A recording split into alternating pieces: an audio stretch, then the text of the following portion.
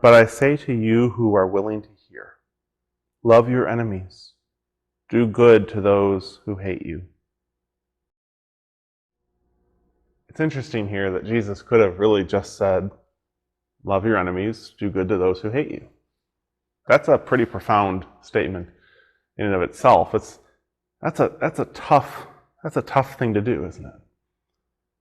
You see, I had a conversation with our Lenten Bible study a couple days ago, and during that conversation, we talked about the difference between following Jesus being not complex, simple, and it also not being easy. You see, sometimes we equate the two. We could say that, or you might hear someone say that following Jesus is a simple thing. It's not that hard. I disagree with that. It is simple. It's not complex. Love your enemies, pray for those, love those who hate you. Okay. There's no small print. There's no if-thens. It's not that complex. And yet, it's incredibly hard at times. So Jesus recognizes this. It's not an easy thing to pray for and love and care for those who hate us. It's not an easy thing to love our enemies. If it were easy, Jesus probably wouldn't have had to remind people to do it. It's not easy. And so I love that Jesus prefaces it with this invitation. To those who are willing to hear.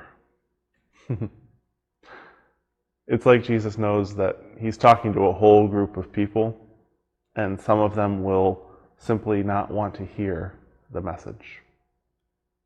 They simply won't want to hear the message. There's a quote by a famous preacher in the Christian tradition, Fred Craddock. And Fred would often say, there's two kinds of preaching that people don't like. Bad preaching and really good preaching. His comment being that we don't like bad preaching. Of course, no one likes bad preaching, but oftentimes really good preaching will challenge us. It will call us to account, and we don't always like that either.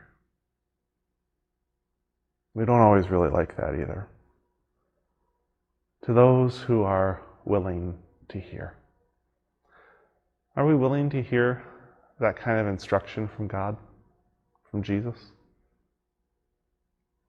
Are we really willing to live into it? It's not complex, but it's not always easy. Amen.